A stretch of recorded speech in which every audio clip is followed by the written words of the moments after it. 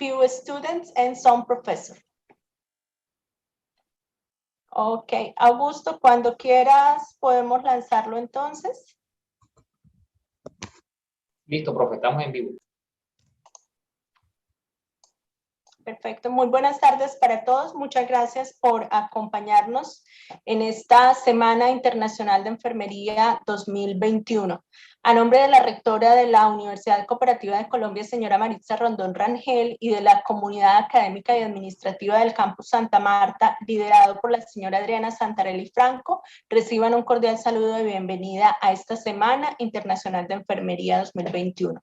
La Facultad de Enfermería de la Universidad Cooperativa de Colombia, Campus Santa Marta, con el apoyo de las coordinaciones de internacionalización y multilingüismo del campus, realizan este evento con el propósito de propiciar espacios académicos para fortalecer las competencias en ciudadanía global en la comunidad académica de enfermería. Continuamos en la Semana Internacional con la conferencia Enfermería en Australia. Saludamos también a los profesores y estudiantes de las universidades que nos acompañan el día de hoy a través de los diferentes medios como YouTube y Facebook. Damos inicio a la conferencia a cargo de la doctora Gail Ross, coordinadora de posgrado de la Escuela de Enfermería, Obstetricia, Ciencias de la Salud y Fisioterapia de la Universidad de Notre Dame, Australia.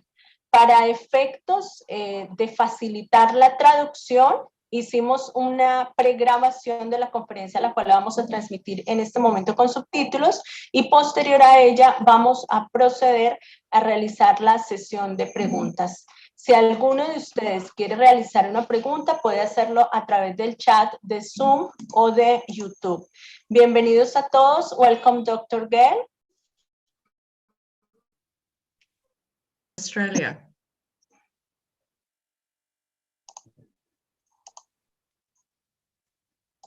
Ya un momento vamos a compartir la presentación e iniciamos con la transmisión de la conferencia.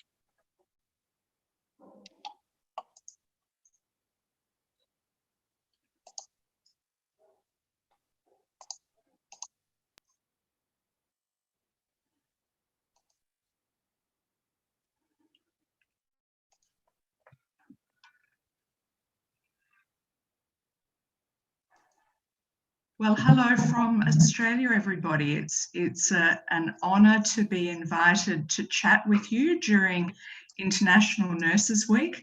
I'm actually at home today, but this picture you can see is a historic building at our university in the city of Fremantle, which is about 20 kilometres from the main city of Perth in Western Australia. So this is a photo. We always acknowledge our Indigenous communities, and there are many different Indigenous communities in Australia, and we always acknowledge them before our lectures and our meetings. And I think this is a really beautiful aerial photo that is taken in the north of the country, and you can see the red dirt and the white sand and the beautiful beaches. So this acknowledges that our university is on Whadjuk country, and we always acknowledge those people. So I'll tell you a little bit, I guess, about the university at which I work, and then I'll tell you a little bit more about nursing in Australia. And I understand that we'll have the opportunity for questions and answers after you see this. So the University of Notre Dame is a Catholic university, and we train within the context of a Catholic faith. It is a small private university, and there's a big focus on pastoral care. So making sure that we know all of our students, and they're not just a number within the university community, but we know them as people. And because we're private, we can do that. It also costs more to go to this university because it's private, and that then means that our class sizes are quite a bit smaller. So this picture down here is from our Fremantle campus, and this is a beautiful place to have lunch and meet with students. So we have 3 campuses. So this top one here is in Fremantle, and it opened in 1989. The second one here opened in Broome, and Broome is a beautiful town, but it is renowned for its pearls. Its pearls are shipped all around the world, and there is big pearl farming in Broome. That is a very small campus that we have there. And then we have another campus in Sydney, and that opened in 2006. But the Fremantle one where I work is actually the largest one. I don't know if any of you have heard of Fremantle, but I guess it became quite famous when the America's Cup was held here a long time ago now, but that really injected a lot of money into Fremantle because it is a port city. A lot of cruise ships come in there. Live sheep and cattle exports leave from Fremantle. It's a very busy port, and it's a lovely place to work. But this is just an old photo of when Australia won the America's Cup for the very first time, and it was defended back here in Fremantle. So a lot of people have heard of Fremantle for that reason. So Australia is a big country, and this circle down here is Perth, and Fremantle sits just south of this. And this is Broome up here in the north of the state, where there's a big pearling industry. And of course, Sydney, which is it's not the capital of Australia, but it's certainly our largest city, and it sits over here on the east coast. So those 3 circles show our 3 campuses of our particular university.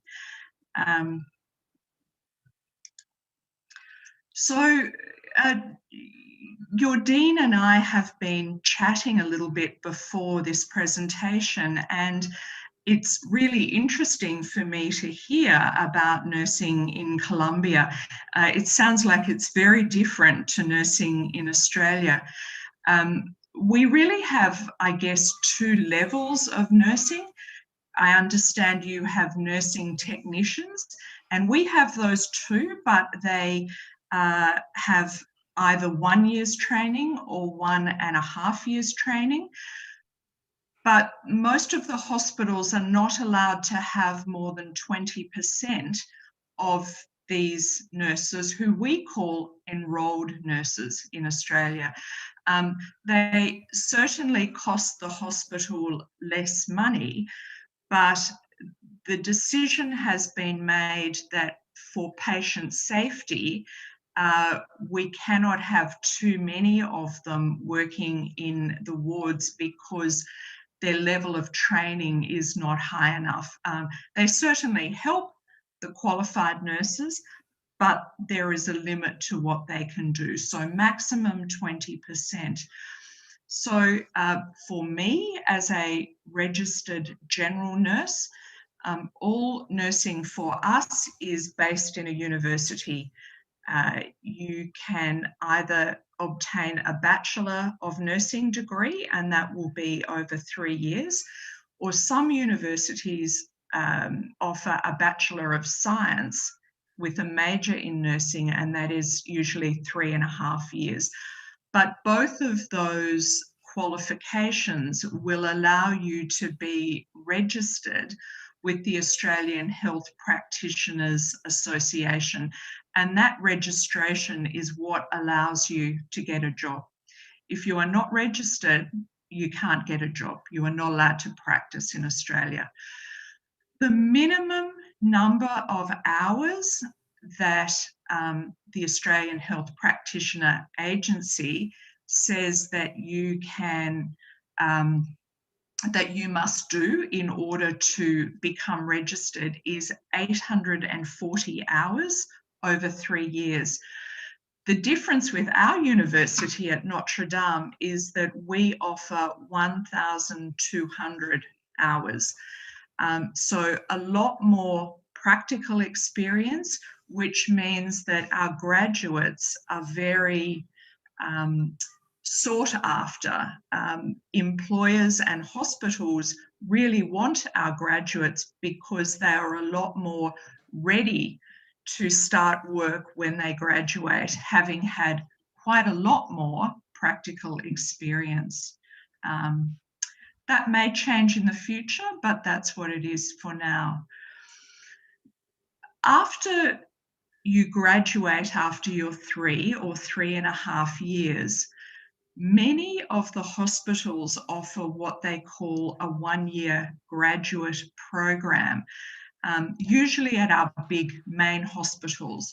And that helps those students, they get extra support, extra education, and it really helps them consolidate their university learning so that they can go out and work independently and work safely. So graduates are really try and look for and get onto a graduate program. It's a very good thing to do. And there's a lot of competition to get into a graduate program. And once you're finished that, then there are many, many areas of postgraduate study that you can go on to do. And pretty much all of the universities in Australia who have schools of nursing and midwifery offer a range of graduate programs. And it's quite common now that graduates will go on to do extra qualifications. So they might be in critical care, so in intensive care, coronary care, cardiothoracic care, looking at transplants. They can work in forensics, forensic medicine. You can specialise in emergency or in paediatrics, in operating theatre, in eye, in ophthalmology. So there are many, many opportunities for postgraduate study. And so this slide here just gives you a sense of what some of those, I guess, the levels of postgraduate qualifications are in Australia. So you can undertake 4 units of study and receive a graduate certificate, 6 units of study and receive a graduate diploma. You can do a Master of Nursing, and the government really wants nurses, or not just nurses, but the government really wants to support people to undertake research because they believe that that really benefits the country by having more highly qualified people. So if you choose to do a Master of Nursing by research, the government will pay all of your fees, so there is no cost. So when we tell prospective students who might come to me as postgraduate coordinator, should I do Masters by coursework or Masters by research?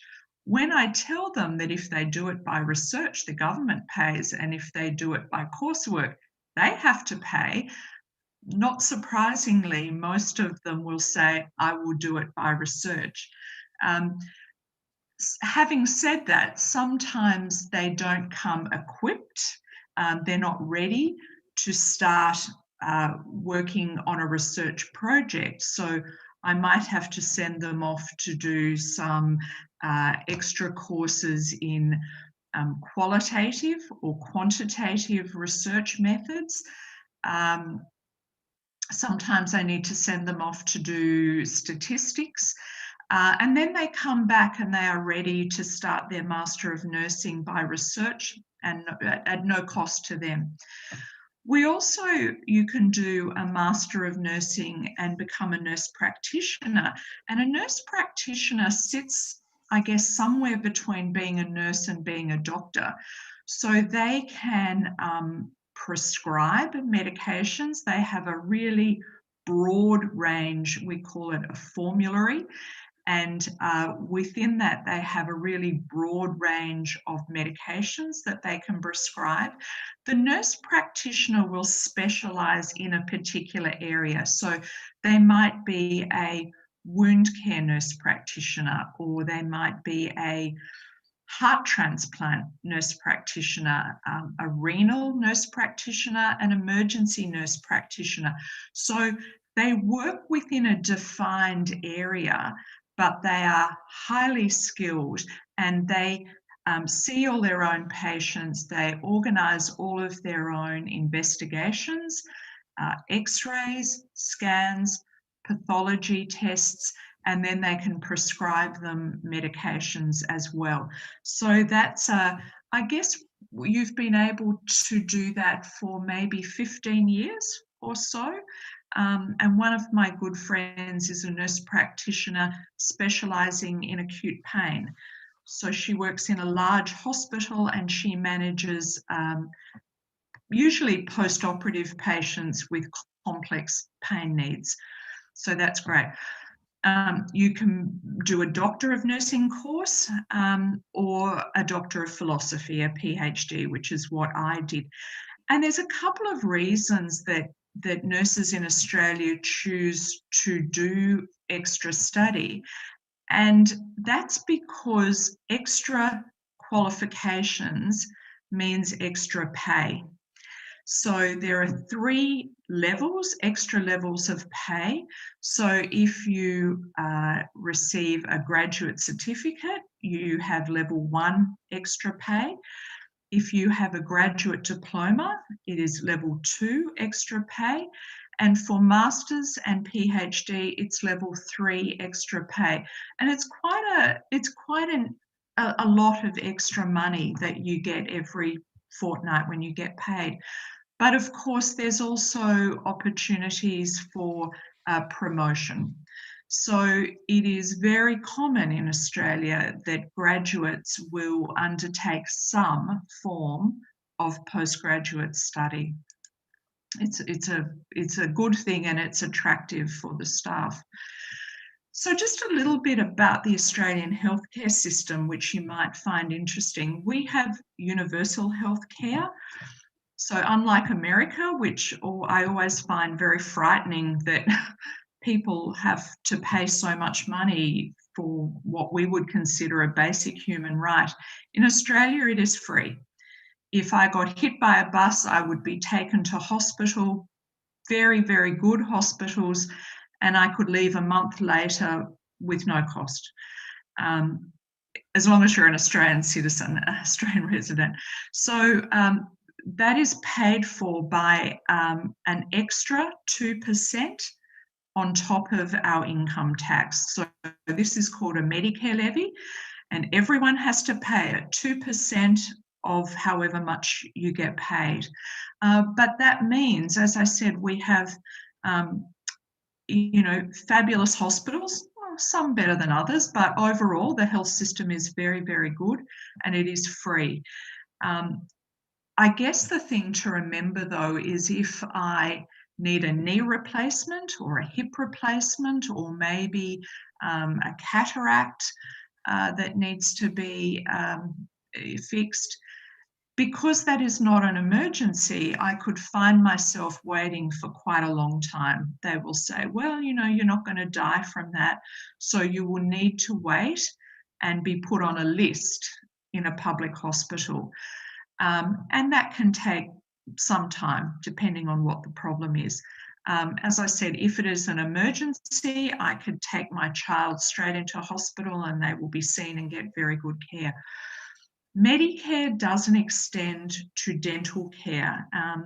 And I'm not sure about Colombia, but in Australia, dental care is quite expensive, and some people do have trouble affording that. Whilst we have universal health care, some people opt to have to buy extra insurance and have private health care as well. So, for example, our family, do. I have an eldest, or we have, our eldest daughter is a nurse at one of our big public hospitals. She doesn't live at home, but she also pays extra for private insurance. And our other two children, who are not children, they are adults in their 20s, but we still pay their private insurance as part of our family. And that means that if you need some surgery, you can have that done. You can go and pick your surgeon. You can say, I particularly want to see this surgeon and have my cataract done. And instead of waiting months in a public hospital, you could usually have that done within a couple of weeks. So same thing, you know, your hip replacement, your knee replacement, you can pick your surgeon, pick your hospital, and you can have that done within a much shorter period of time. And that does also cover things like glasses and dental care.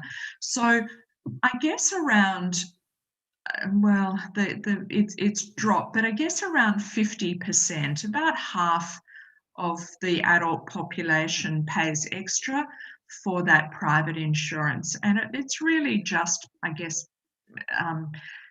convenience. And like any insurance, you hope not to use it, but if you do, you are happy you have it.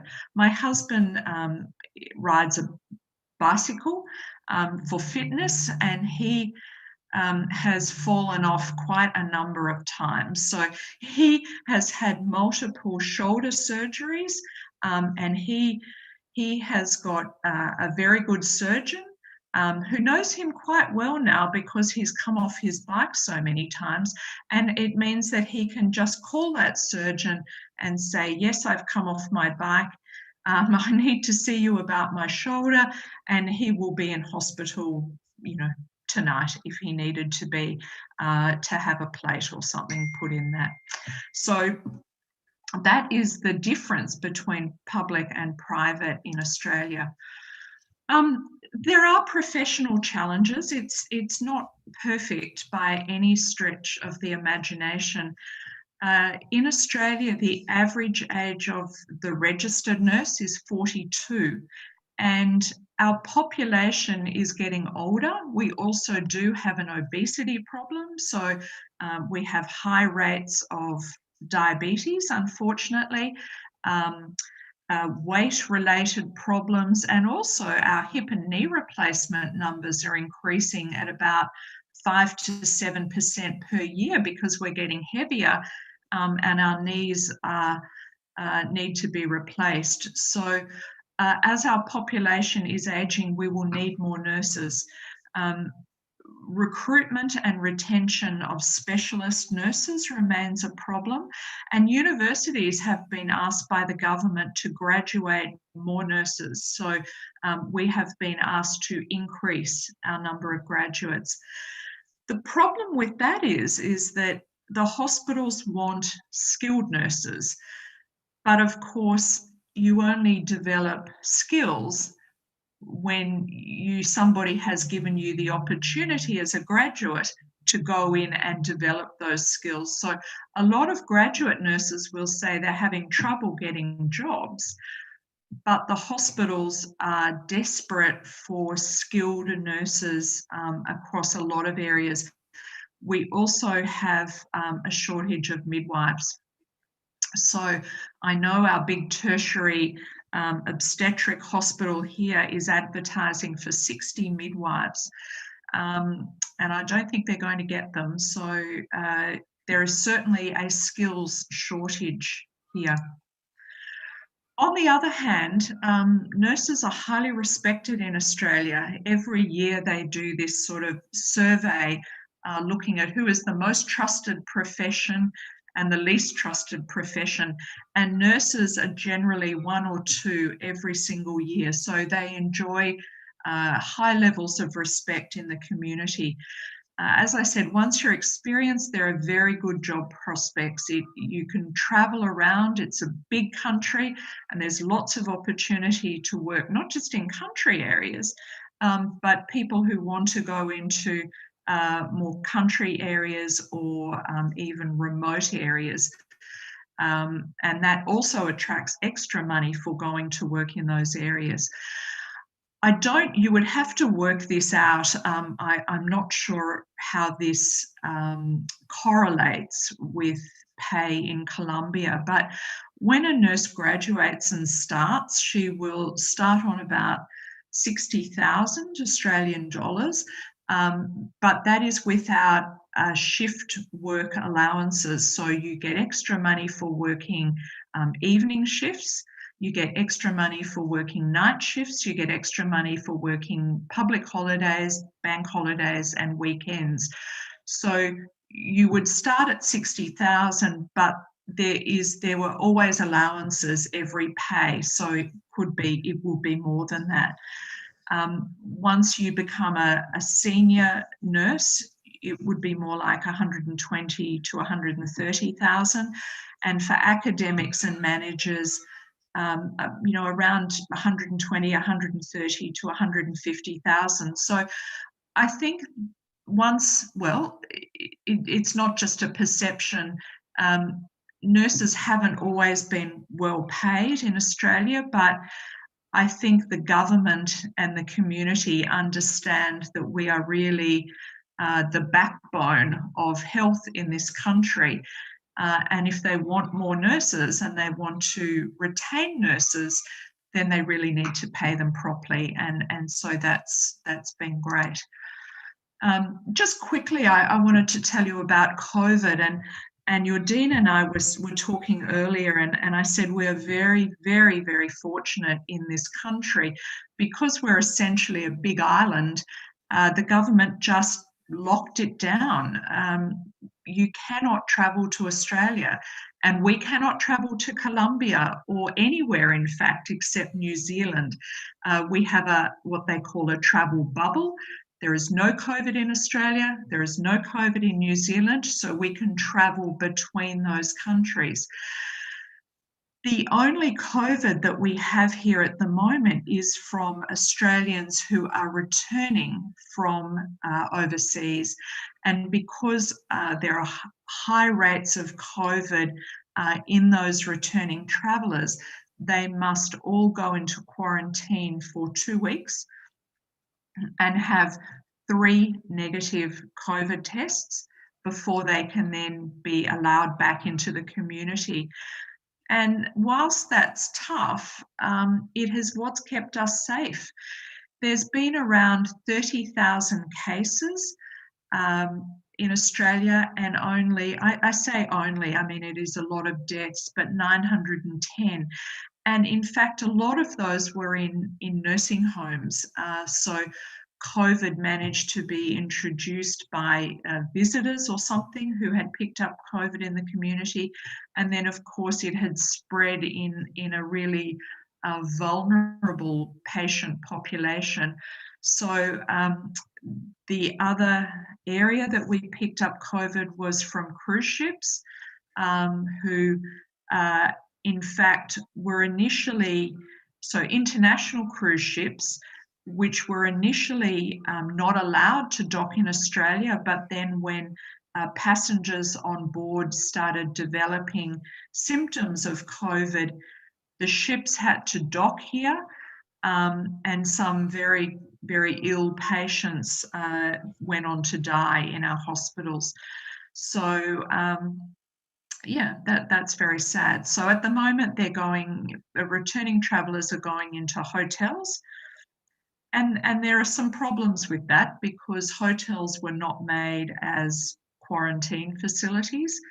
But it's largely working, but it's not ideal. The government is talking about actually using a couple of refugee camps within Australia and having those as COVID facilities to try and increase the number of Australians being allowed back in.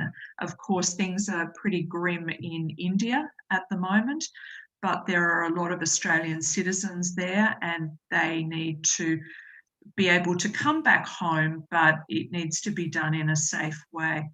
Mass vaccination is underway. I've had the first AstraZeneca vaccination, as has my family or my older members of my family. The start was a bit slow, but it's improving now. And sadly, a lot of people are saying they won't get the vaccine because they don't see COVID as a problem, because we don't really have any in Australia at the moment. We can travel freely within the country. We can go to sporting events. We don't need to wear masks. In fact, life is completely normal for us here, except that we can't travel anywhere overseas except from New Zealand. But New Zealand is beautiful, so that's okay. That's not a bad thing. So there you go. I guess that's just a little bit of a snapshot of my university, the University of Notre Dame, a little bit about healthcare in Australia, how we train nurses, what our opportunities and challenges are, and how we've managed COVID, which in a word is pretty well. So we are fortunate, and we look across the world and you know, send our best wishes, because Australia is actually sending a lot of the equipment that we stockpiled for COVID. Because we don't need it, we are sending a lot of it to other countries who are struggling with outbreaks. So we're sending a lot of ventilators and oxygen at the moment to India. We've sent it to Indonesia.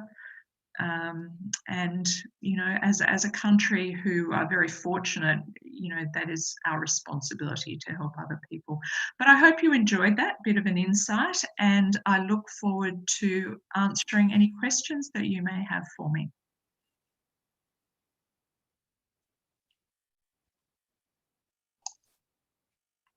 Thanks, Dr. Gale. My pleasure.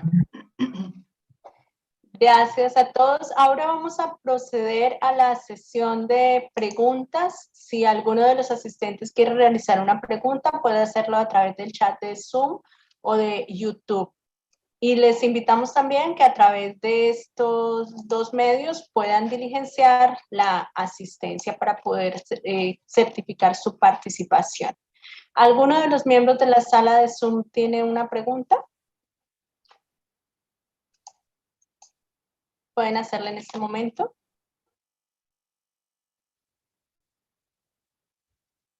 Bueno, acá tengo una pregunta por el chat y es la siguiente.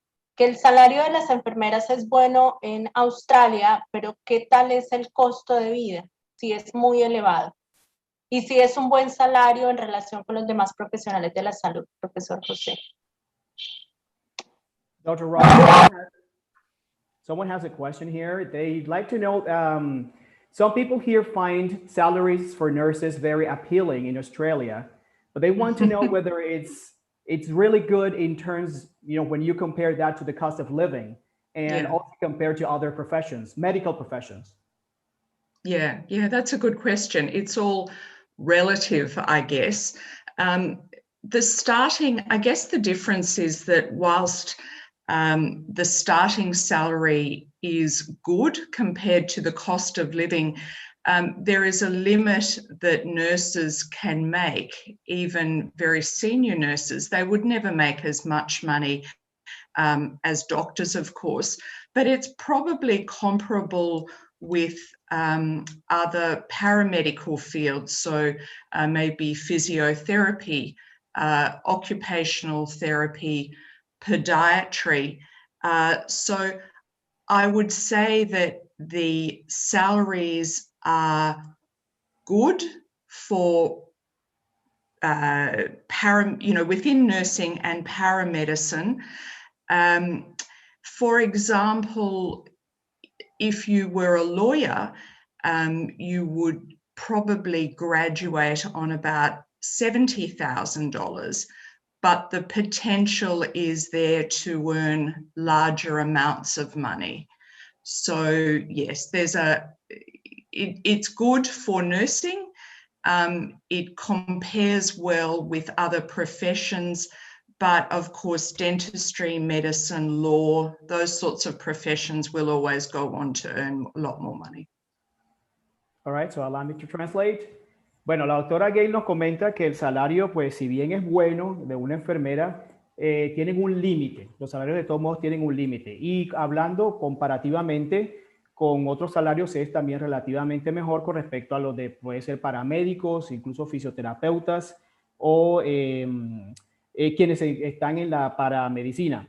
Ella nos comenta de salarios, por ejemplo, un poco más altos con otras profesiones que no tienen que ver con el área de la salud, como el de un abogado que puede ganar hasta $70,000 australianos, pero ellos tienen el potencial de aumentar ese salario. Y que sí se podría ganar cantidades un poco más altas de dinero. ¿Tenemos otra pregunta, profesor? Gracias. Sí, hay otra pregunta que dice, ¿existen posibilidades para que enfermeras extranjeras puedan ir a trabajar a Australia? Listo. Okay, we have another question. Is there a chance for foreign nurses to work in Australia? Is it easy for them to go there and work? I thought someone might ask that question. It depends on the country that they come from. So I'll be honest, I'm unsure about Colombia. That certainly I know that for nurses who train in the UK, who train in Ireland, who train in South Africa, I think their qualifications will be pretty much accepted. For other countries, I think the registration board would need to look at the level of training in that country and decide whether they believe it is at the same level as the Australian. If not, what you may need to do, excuse me, is go to university and do a bridging course.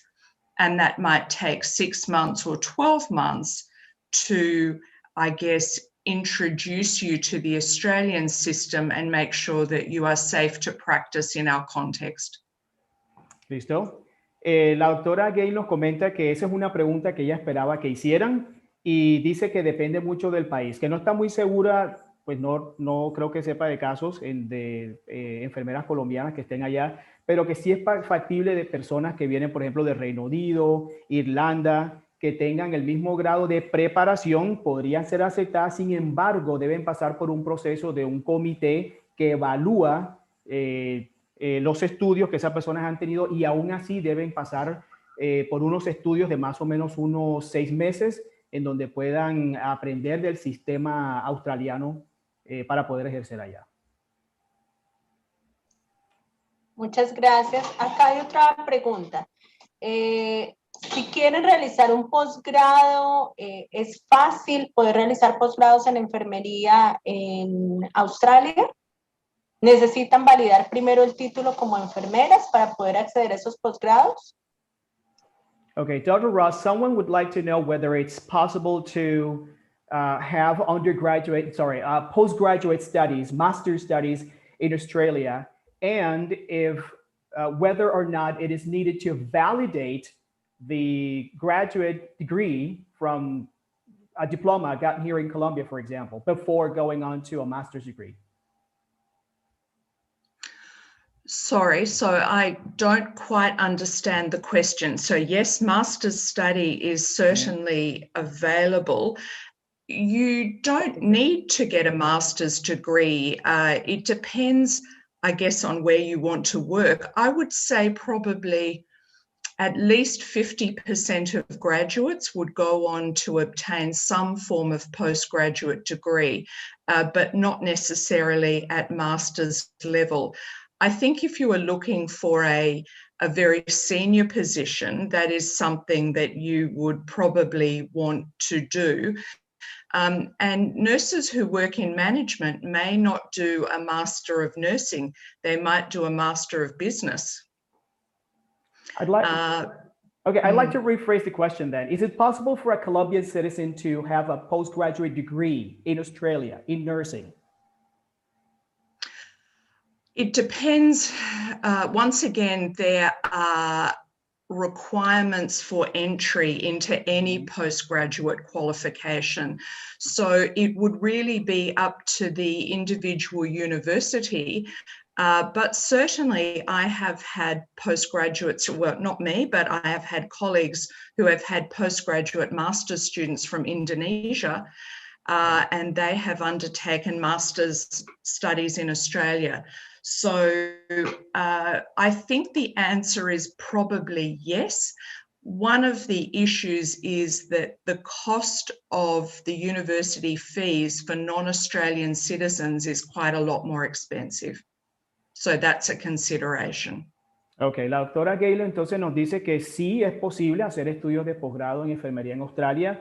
Depende mucho también de la universidad en la que la persona quiera ingresar, pero los costos de ingreso son pues relativamente altos. Now, part of the question, Dr. Gale, was also whether someone who wants to have a postgraduate degree in Australia needs to validate their degree, their Colombian degree in nursing. If they wanted to do a postgraduate qualification in Australia. Yes, I suspect that, I guess I haven't had anyone for a while from overseas, but yes, they would need to submit documentation to support their undergraduate studies in another country.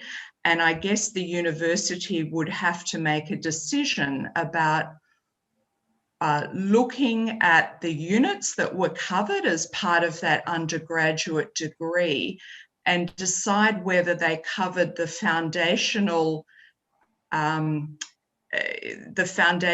coursework to enable them to then go on to postgraduate study in this country.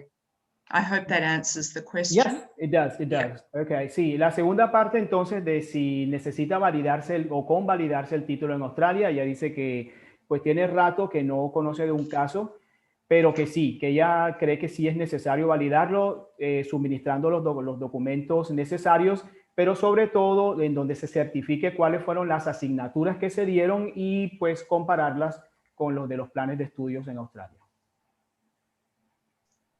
Gracias. Acá hay otra pregunta y es, ¿en qué áreas de investigación se realizan más proyectos de investigación, valga la redundancia, en Australia? ¿Cuáles son las áreas en las que más investigan las enfermeras?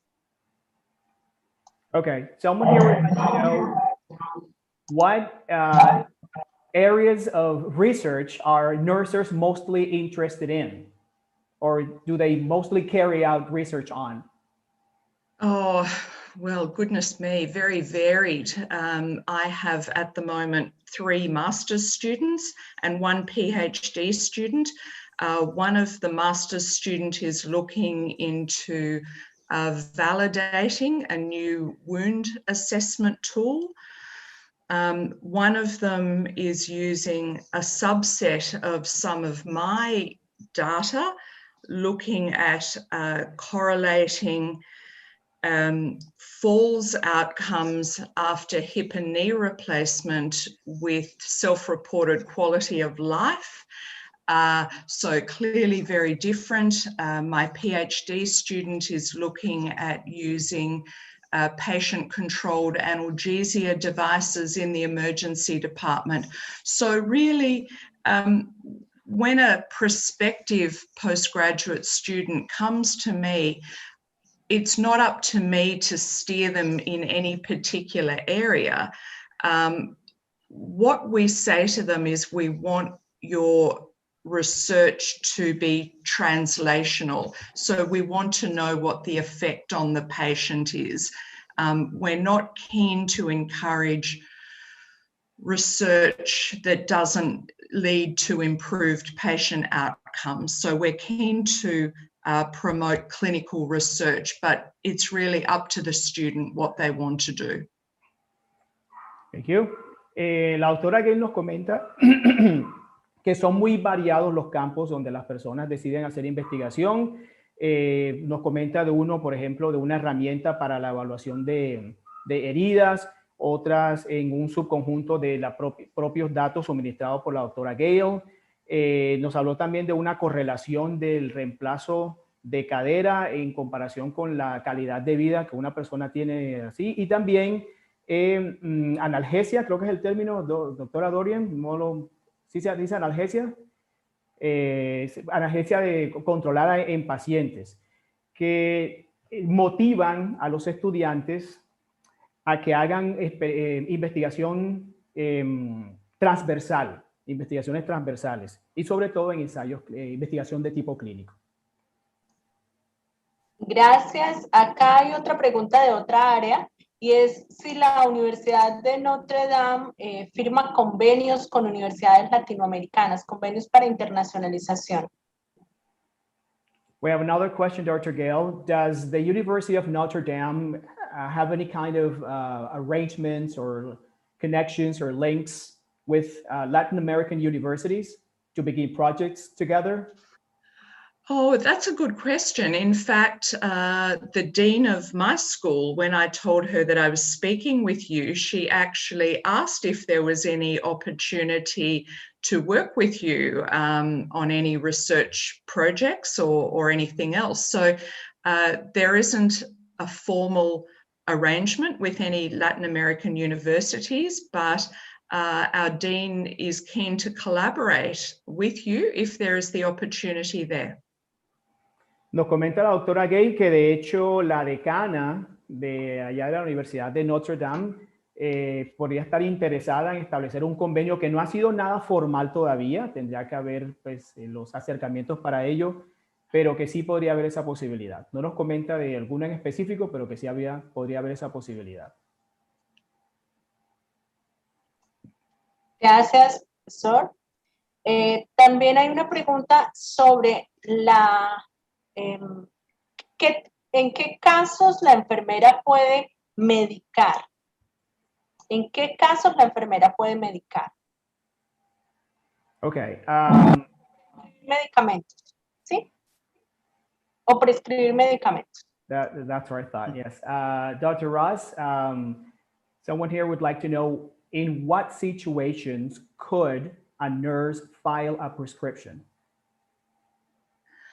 In Australia, it is only a nurse practitioner, so a nurse who's undertaken that specific Master of Nursing as a nurse practitioner, they can write prescriptions, but I cannot write a prescription because some of our nurses work in remote, very remote areas without any doctors.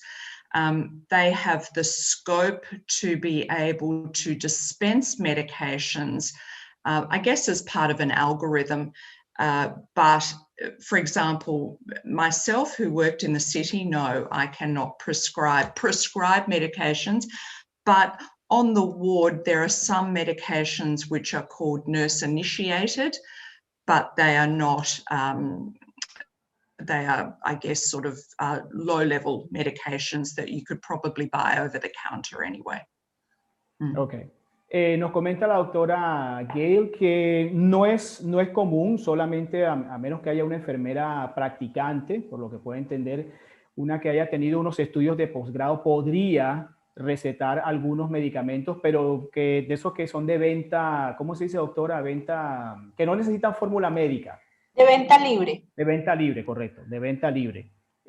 Nos comenta que hay enfermeras que están en áreas muy remotas en donde no hay médicos, incluso, entonces podrían, no digamos recetar, pero sí como recomendar medicamentos, como dije ahorita, de venta libre. Perfecto. Acá hay una pregunta que está un poquito larga. Dice, en países como Alemania hay procedimientos como la canalización de vena que solo puede realizarlo los médicos y las enfermeras lo hacen si están certificadas y delegadas por un médico. ¿Existen procedimientos que no puedan realizar las enfermeras en Australia sin tener certificación? ¿Existen procedimientos que no puedan realizar las enfermeras en Australia sin tener certificación? Okay, let me try, because hay algunos lenguajes especializados por acá. There's some specialized language here, so I'm going to try. it says here that in some countries like Germany, procedures like, I think it's IV, intravenous. Yes, intravenous. Intravenous, Yes. procedures can only be carried out by doctors and sometimes by nurses if they are certified and if the doctor allows them to. Are there any procedures that nurses cannot carry out in Australia without a certification? Oh, without certification, I guess there's a lot of things nurses can't do.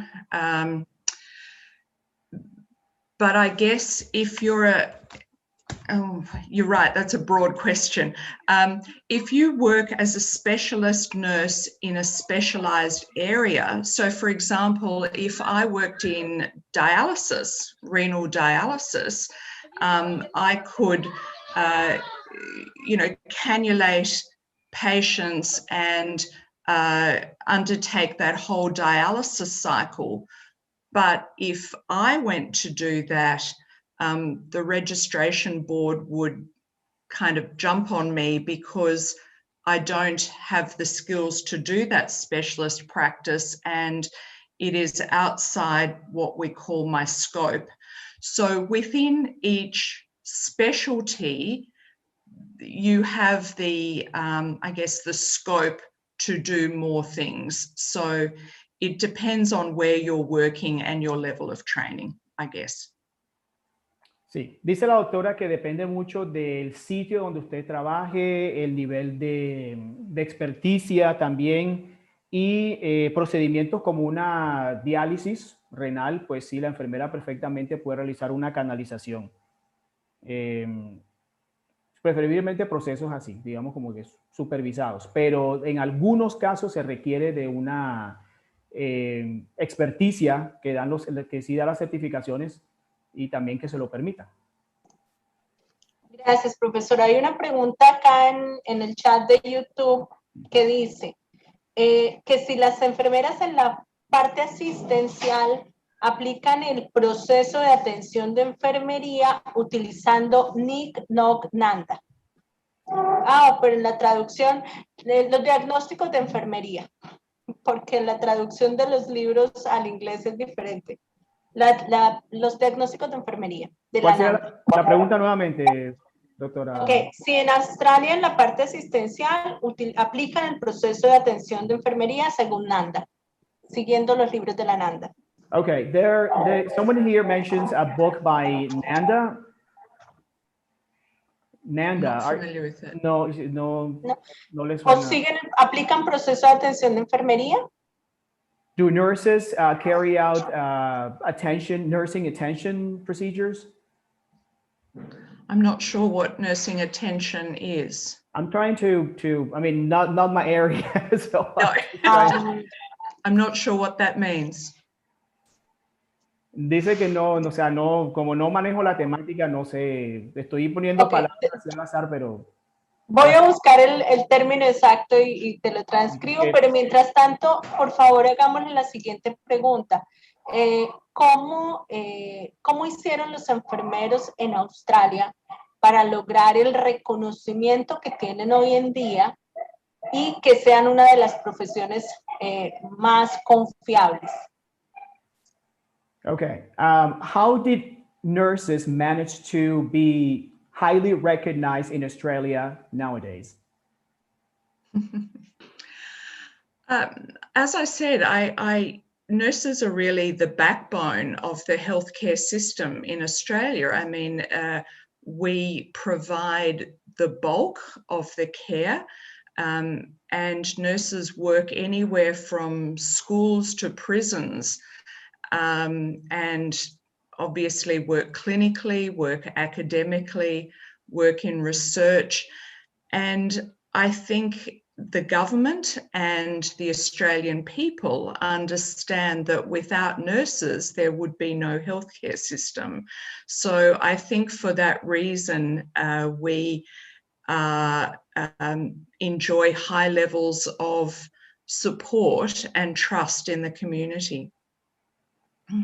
Sí, nos comenta la doctora Gail que, bueno, las enfermeras han estado presentes en muchos ámbitos, desde escuelas hasta cárceles, en áreas clínicas y académicas, y el gobierno ha entendido que, pues, sin enfermeras no habría atención médica, no podría llevarse a cabo en todos los aspectos. Eso es lo que nos comenta la doctora. Gracias. Para completar la pregunta anterior, profesor, es si ellos utilizan los diagnósticos de la Asociación Norteamericana de Enfermería. Oh, let's see. Do nurses in Australia use diagnostic procedures from the American Nursing Association? Is that it? Okay. No. It's I guess for you being so close to America, that would make sense. For us in Australia, no, we don't really look to America for any, I guess, guidance or support. I suppose we're big enough that we make our own rules and things, but no, we don't look to America for any support or guidance in relation to nursing in Australia. Ok. Nos comenta la doctora Gail que, bueno, es muy probable que por la ubicación geográfica y la cercanía con los Estados Unidos, esos procedimientos sí sean aplicables acá en Colombia, pero Australia no tienen a los Estados Unidos como referente y no consideran que deban tenerlo, pues es un país lo suficientemente grande para tener sus propias regulaciones, procedimientos. Perfecto. Entonces, la contrapregunta sería si ellos utilizan algún sistema de estandarización para los diagnósticos de enfermería, si tienen su propio sistema de estandarización. Do you have your own standardized system for nursing diagnostics? Well, I guess the diagnosis is based on the assessment. So I'm not sure I would say it's standardized, but nurses are certainly trained to undertake detailed physical assessment and also to be able to understand the diagnostic testing that has been ordered so that they can formulate a nursing care plan. Dice que no es precisamente que estén estandarizados, sino que las enfermeras pues deben estar en la capacidad de tomar detalles y hacer evaluaciones físicas para llevar a cabo los procedimientos. Perfecto, muchas gracias. Por acá hay otra pregunta en el chat y es ¿cuál es la relación de enfermera por paciente en las instituciones hospitalarias? Si existe un número definido de cuántas enfermeras por paciente. What is the ratio of nurses and patients? Yeah, good question. Once again, it depends on the acuity. So in intensive care, it will be 1-to-1. On an orthopedic ward, for example, it might be 5 patients to 1 nurse. Yeah, so general wards may be 5 patients to 1 nurse. In intensive care or critical care areas, 1-to-1. Yeah, it depends on the ward and how sick the patients are. Sí, nos comenta la doctora Gail que depende mucho del área o el ala en la que estén. Por ejemplo, en las de cuidado intensivo es 1-a-1 la relación. Y en otras áreas como en ortopedia puede haber 5 pacientes por cada enfermera. Perfecto, muchas gracias. También debo decir que envían mensajes de agradecimiento, de felicitaciones y que muchísimas gracias por compartir esta información. Some people here are sending thank you messages and they would like to thank you for sharing this information with us. Oh, it's my absolute pleasure. It's been lovely for me to be here. It's very, very interesting for me to, I spoke with your dean and she told me a lot more about how it works in Colombia, and it's fascinating for me. So it sounds quite different, but it's my pleasure. I'm happy to answer questions. Nos comenta la doctora Aguel que se siente muy complacida de haber participado en esto y también de haber tenido el contacto con la decana y haber brindado la información que nos brindó. Ok, tenemos una última pregunta y es, ¿cómo es la contratación de las enfermeras, el tipo de contrato, si es a término fijo, a término indefinido, y cómo son las vacaciones para los enfermeros, cuánto tiempo les dan? Someone would like to know what kind of contracts do nurses sign? Do they have limited contracts, fixed contracts, and vacation periods? What are they like? Yeah, so generally when you graduate, if you get into that 1-year graduate program, you are contracted for just 1 year. And I guess that's the hospital's opportunity to decide whether they want to offer you a permanent contract. But once you are offered a permanent contract, permanent means permanent. So your wages increase every year, and this will all be detailed in your contract. If you are offered a permanent contract, your pay goes up every year.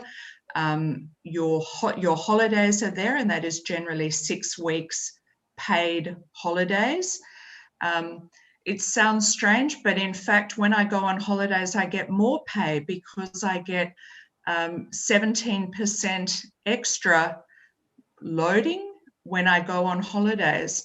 Not everyone wants to work under a permanent contract. Some people choose to work what we call as casual, and that means that they receive an extra 20% pay, but they don't get any holidays paid for, they don't have any sick leave. But sometimes that suits people if they have maybe young children and they just want to work when it suits them to work. Generally, there is a lot of work available for nurses who want to work casually, but most people like the option of having a permanent contract because you have 10 paid sick days per year and 6 weeks paid holidays per year. Yes. Bueno, nos comenta la doctora Ross que inicialmente al salir del programa de pregrado pueden ser contratadas por 1 año, pero con la posibilidad de quedarse pues, por tiempo indefinido. Y nos comenta que eso es muy bueno, quedarse tiempo indefinido significa precisamente eso, permanecer en el trabajo, y que el salario puede ir aumentando a medida que pasa el tiempo. Nos comenta de periodos de vacaciones de 6 semanas pagadas, y que hay personas que no les llama mucho la atención el trabajo indefinido, sino que entran a un tipo de contrato que se llama casual, en donde los ingresos pueden incrementar hasta un 25%. Pero a diferencia del contrato permanente o indefinido, no tienen pues periodos de vacaciones ni de licencias por enfermedad. Son más bien para personas que de pronto tienen niños y saben que pueden trabajar no permanentemente, sino en ciertos horarios en donde la persona puede hacerlo. Excelente, muchísimas gracias. Gracias a todos por las preguntas. Esta es una semana justamente en la que buscamos acercarnos un poco más a la enfermería en todo el mundo, pensando en esa formación de estudiantes que estén preparados para la globalización. Así que, por favor, un agradecimiento a la doctora Gail. Y mientras nosotros nos despedimos acá internamente de ella, les agradecemos a todos los participantes por habernos acompañado y los esperamos mañana en la siguiente conferencia de la Semana Internacional de Enfermería 2021. Vamos a tener el día de mañana la conferencia Enfermería y Antropología, justamente a cargo de la doctora María Antonia Martonell de la Universidad Rovira y Virgili de España.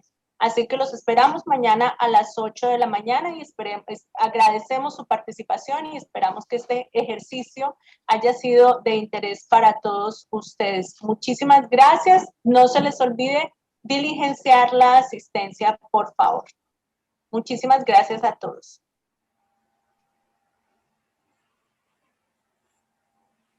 Estimado Augusto. ¿Terminamos aquí, doctora? Sí, señor, dame un segundo. Estimado Augusto,